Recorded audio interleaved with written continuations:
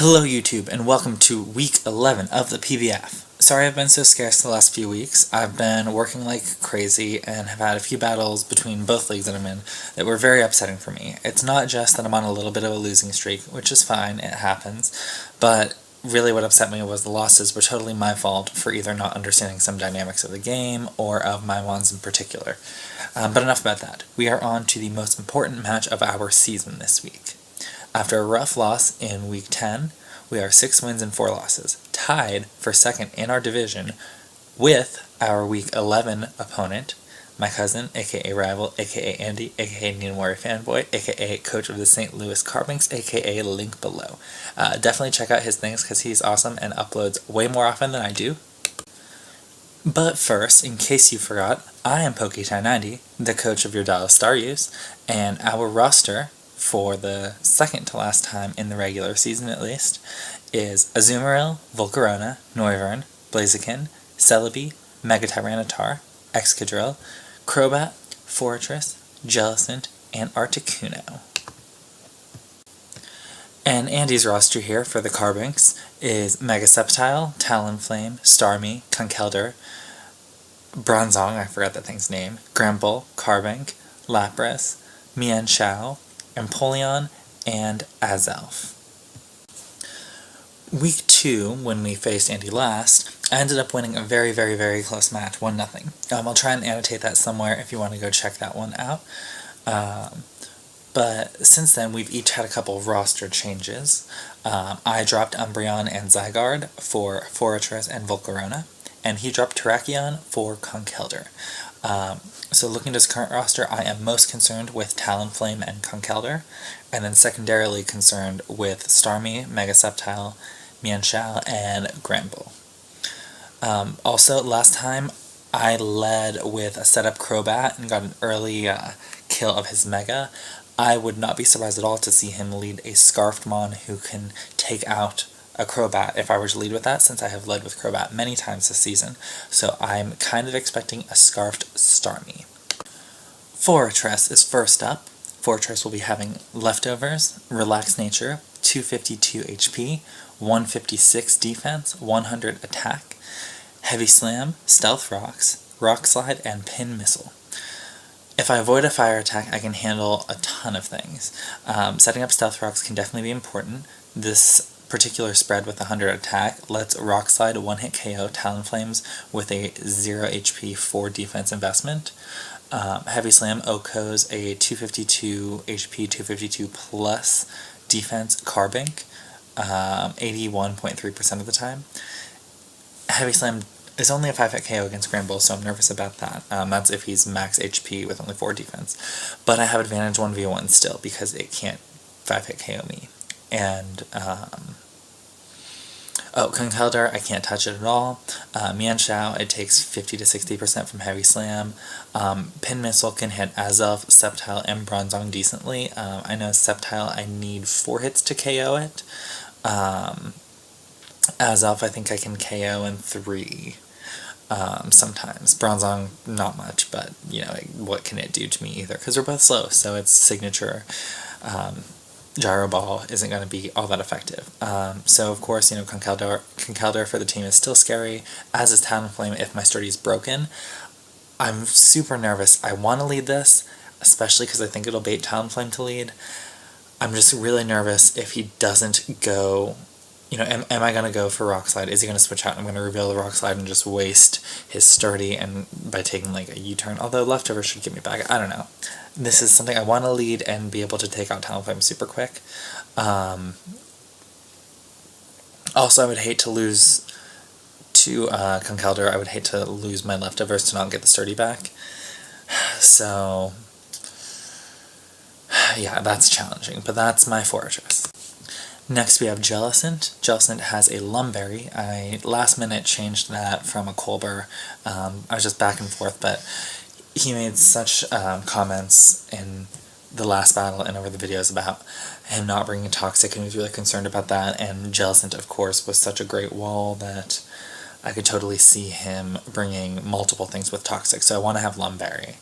Calm, 252 HP, 252 special defense, and 4 speed. The reason that I'm especially bulky instead of physically bulky is twofold. One, 1v1, I'm not going to be able to take his physical, Conkeldurr. It's not good for me. Additionally, I don't have the powers of Scald Will-O-Wisp since it does Guts, and I don't want to risk that. So actually I have a very interesting moveset. I'm not carrying Will-O-Wisp, Toxic, or Scald, which are some of the most Cedar-Jellicent things. I do still have Recover and Shadow Ball. Taunt, I'll outspeed the Bronzong, who I think can Toxic me, but I can outspeed a few other things too. Acid Armor for the final move. It's going to have the same effect as burning anyone else, but in case it's a Guts Conkeldurr, I still get the defense boost instead of his attack drop that he may or may not actually have from doing that.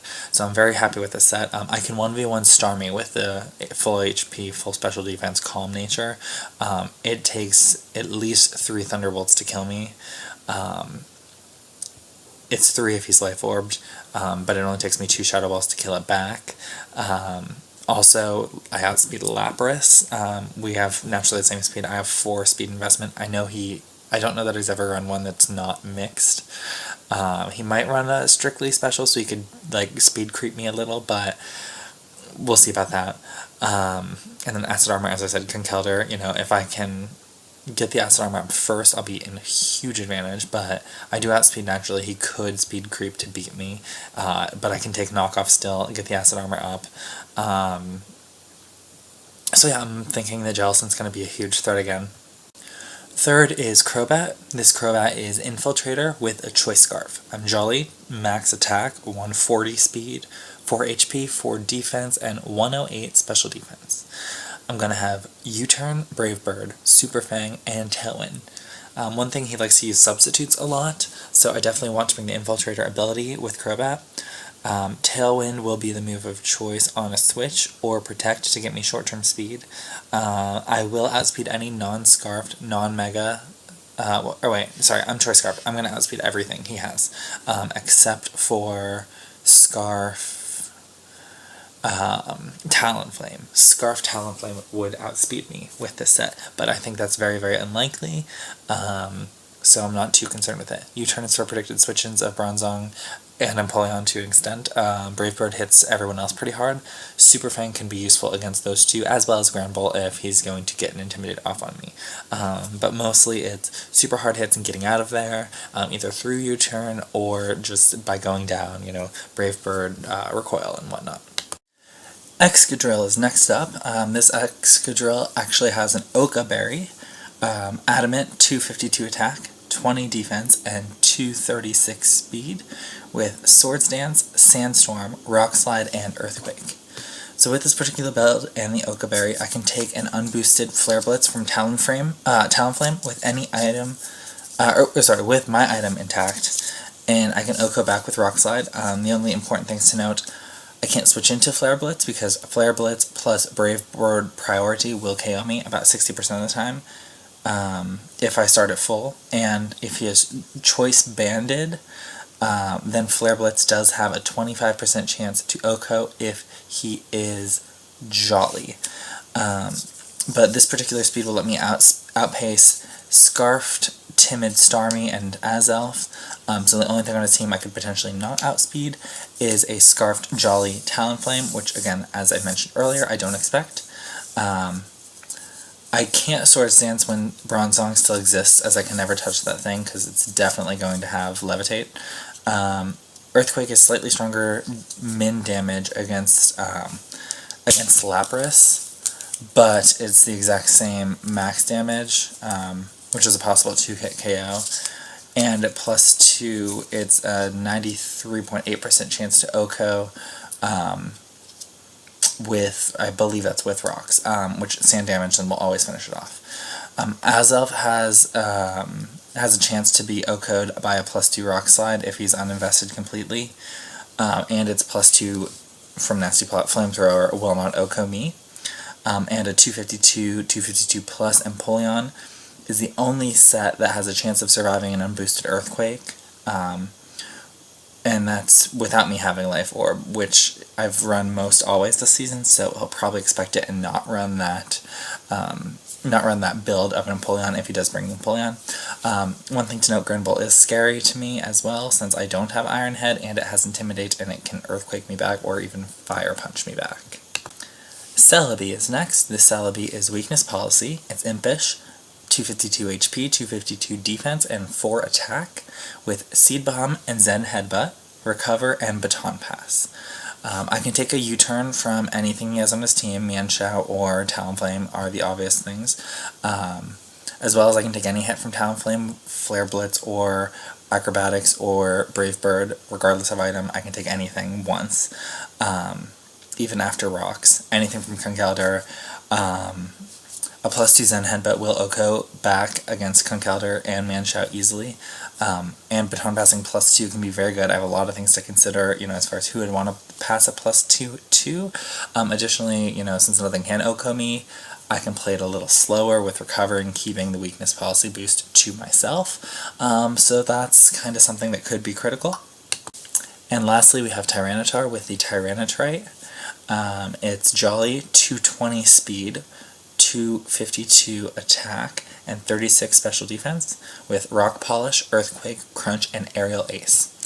Of course, he would be the best target for the Weakness Policy Baton Pass, but, I've tried that, I think, 3 matches this season, and it's not worked out well. With this particular spread, I can outspeed everything except for Choice Scarfed, Starmie, and Azelf, neither of whom can OHKO me back. I can one-shot everything if I do get to +2, except for Conkeldurr some of the time. So I'd like to wait until that's gone. But Earthquake hits Empoleon, Aerial Ace for Conkeldurr. Even with Stealth Rocks up, it's not guaranteed to be an OHKO depending on how his set is. So I would like him to get some prior damage. I'm kind of nervous about Bronzong as well. Yeah, Crunch should be able to handle it, but if it gets Reflect up or something, so I'm not going to be able to set up the speed against that. But, I think Tyranitar, he's put in a ton of work this season. Hopefully he finishes strong this second to last week. And so, to recap the team, Mega Tyranitar, Celebi, Crobat, Excadrill, Jellicent, and Fortress. So from my Week 2 battle against him, the only thing changed, I do not have Noivern this time, and I do have Fortress this time. I think I have planned absurdly well against Talonflame, because that's been one of the top kills for the entire league, Talonflame's murdering spree, so I don't want to let that have any opportunity against me. Conkeldurr does make me nervous, but the Crobat can come in. Crobat I'm kind of relying on for a lot of things, though, to counter. Pressure is the Mega Sceptile because I outspeed it and can OHKO it. Talonflame being able to outspeed that, except for its priority, of course. The Conkeldurr, so hopefully I'm not relying too much on Crobat and it gets spread too thin. Of course, Jellicent we know is a boss. Yeah, I'm happy with a lot of it, so definitely stay tuned. We'll have a battle up very, very soon. We're supposed to have it here. It's Sunday morning right now. We're supposed to have it sometime later today, so I'm looking forward to that. Let me know what you think of my team down below, and I will try to have that battle up within the next 2 days for you to watch. Thanks for watching. Like, comment, and subscribe. If you subscribe, you'll be able to see when our battle is up very soon. Bye!